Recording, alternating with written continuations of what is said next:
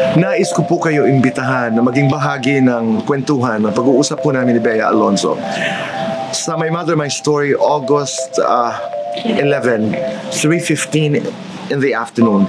Sana ay samahan niyo po kami at sigurado po akong may mga pagkakataon na sasabihin niyo po, parang ako yun nanay ko yun, parang lola ko yun.